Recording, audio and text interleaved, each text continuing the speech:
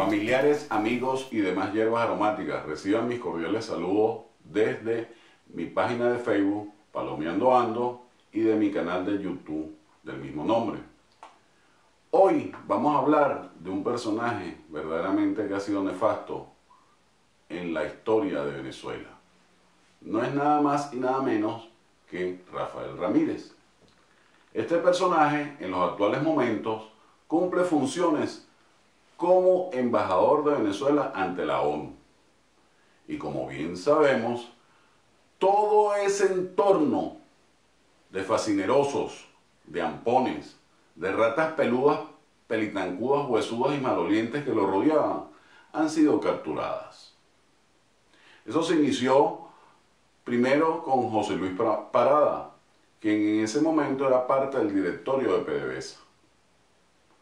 Luego, hasta la fecha, más de 50 gerentes han sido detenidos por las autoridades venezolanas.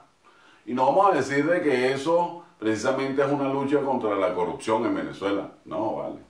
Es una guerra dentro de ese conglomerado de ampones que dirigen Venezuela y que durante 20 años han estado robando de manera descarada. Y mis palabras son con Rafael Ramírez, porque él está en ese dilema, como decía William Shakespeare, ser o no ser. Ser un cooperante con las autoridades americanas o simplemente ser un mártir. Y te puedo apostar de que Rafael Ramírez no tiene esa actitud de mártir.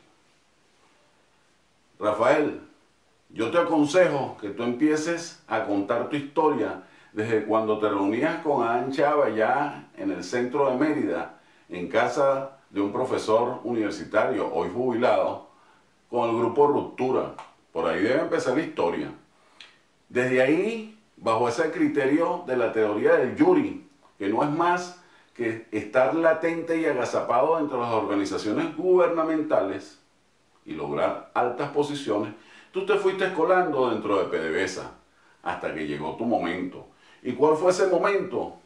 Cuando fue nombrado embajador de Venezuela en Cuba, nada más y nada menos que Adán Chávez. De ahí empezaron tus grandes negocios. Desde ahí tú debes empezar. Luego vino el paro petrolero que ocasionó que no hubiese taladros en Anaco y sus alrededores. Cuando presuntamente se contrataron 23 taladros y esos 23 taladros, solamente 3 se lograron instalar.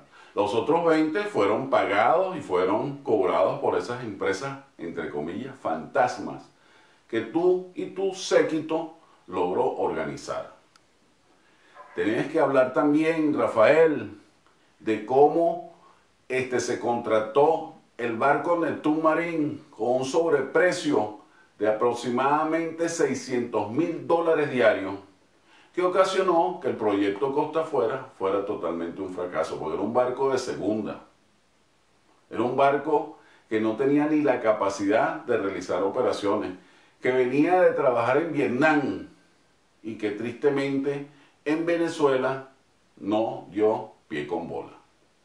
Después, el famoso contrato con el Avanper a través de Petromarín y Enoc Segundo Martínez Carrasquero, que es uno de tus secuaces, que hoy me imagino que debe estar ya protegido por las autoridades americanas, porque él vive plácidamente ya en Estados Unidos, después que hizo grandes negocios contigo, después que él junto contigo programaron esa adquisición de todas esas aeronaves del lago de Maracaibo y del resto del país con la finalidad de que se nacionalizaran. Pero entonces a ti te dieron puros cachivaches. Entonces vino el otro gran negocio, que es la adquisición de las lanchas chinas, que hoy posiblemente están vendiendo o alquilando para el resto del mundo. Tienes que hablar también, Rafael, de lo del caso de Antonini Wilson, de cómo el Estado venezolano financió países como Bolivia, Ecuador, Nicaragua, Argentina y para de contar. Esas campañas electorales fueron canceladas con dinero de PDVSA, sin olvidarnos de Perú, porque Ollanta también recibió su realito. Sin olvidarnos tampoco de Lula da Silva, quien recibió gran cantidad de dinero para su campaña. Es decir, tú fuiste el instrumento financiero del famoso Foro de São Paulo, lógicamente siguiendo las instrucciones de Hugo Rafael Chávez Frías. Tú tienes que también hablar de cómo era el lavado de dinero mal habido dentro de PDVSA.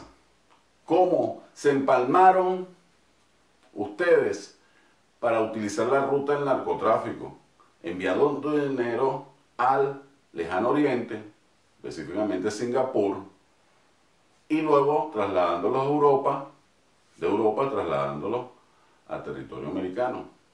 Tiene que hablar también cómo montaron la cuestión de las monoboyas, que hoy precisamente podemos decir que la última fue montada en Nicaragua para guardar el petróleo de los chinos a través de una empresa que se llama Albaniza, que está siendo investigada por el gobierno americano. O sea, tú tienes que hablar también de todas esas tramoyas que hubo con el dinero del fondo de jubilaciones de los empleados de PDVSA. Tú tienes que hablar de todo ese manejo turbio que tuvo PDVSA, de cómo los bonos de PDVSA sirvieron para lavar el dinero de todos los dirigentes rojitos que hoy tienen grandes cantidades en el exterior. Es decir, tienes mucho que hablar. Como te dije yo, tú no tienes convicción de mártir. Tú tienes que escoger, Rafael, entre reunirte con el FBI e informar todas las tramoyas y todas las trampas que se hizo bajo tu jefatura, o simplemente estar metido en un calabozo como hoy están Eulogio de Espino y otros 50 dirigentes de PDVSA. Que te digo, faltan muchos. Entre esos Wolfgang Vandres, gerente de logística de la división Costa Afuera, que fue uno de los individuos que manejó más dinero en Venezuela con ese proyecto, quien encauzó junto con Pavel Rodríguez el dinero hacia Singapur, apoyados por el segundo Martínez Carrasquero, que ya lo nombré. Entonces, falta también un gentío que tiene que salir a la luz, y tú tienes la capacidad, Rafael, de sacar a la luz todas esas trampas, todas esas tramoyas, de tu relación del lavado de dinero también de la FARC, porque ese era un compromiso que tenía Chávez, de que ese dinero también fuese lavado a través de los bonos de PDVSA. Entonces, Rafael, yo te aconsejo que prepares esa garganta y empieces a cantar todas las atrocidades, porque no hemos hablado cómo Baribén se transformó en una empresa para comprar comida, porque no hemos olvidado de Pudreval, de las toneladas de comida que se compraron vencidas y que se pudrieron en el puerto de Puerto Cabello. O sea, hay cualquier cantidad de cosas, Rafael, que tú tienes que decir. Fíjate, yo me acuerdo una vez que yo fui a Últimas Noticias a efectuar las denuncias sobre todo el robo que se estaba haciendo en la división Costa Afuera. Y me reuní con el director para ese entonces, Eleazar Díaz Rangel. Luego él me asignó un periodista, un gran periodista de la investigación como es César Batiz. Yo me reuní en varias oportunidades con él, es más, él estuvo en Carúpano, él estuvo haciendo su trabajo por allá. Y entre una de las cosas que me dijo ese gran periodista llamado César Batiz, que cuando Eleazar Díaz Rangel le mencionó mi nombre, tú simplemente no le paraste ni prestaste atención delante de él. Y no supiste decir quién era yo. Pero tú te encargaste, conjunto a Rafael Reiter, que era tu perro cancerbero, a perseguirme a mí. Y no solamente perseguirme a mí, perseguir a mi esposa Vivian Tayara, pues, Guararisma, y con ello montar toda una tramoya. Y cuando Hugo Rafael Chávez Frías te llamó para preguntar sobre esa situación que se estaba presentando en Costa Afuera, tú le presentaste otro expediente armado por ti de todas, entre comillas, todas las miserias que lograron ustedes inventar. Entonces, Rafael, dicen por ahí que nosotros somos el resultado de nuestras acciones. Ahorita tú estás entre ese gran dilema de ser un compatriota cooperante ante las autoridades americanas o simplemente un pendejo metido en un calabozo del SEBIN. Analiza bien la situación. Ya te tienen el flu hecho, ya te tienen esa camita hecha. Porque tú vas a transformarte, si regresas a Venezuela, en un mártir. Bueno, familiares, amigos de Más Hierbas Aromáticas, reciban mis más cordiales saludos. Gracias a cada uno de ustedes por sus opiniones. Gracias por suscribirse a mi canal de YouTube. Y seguiremos hablando de Venezuela y sus grandes problemas. Muchísimas gracias.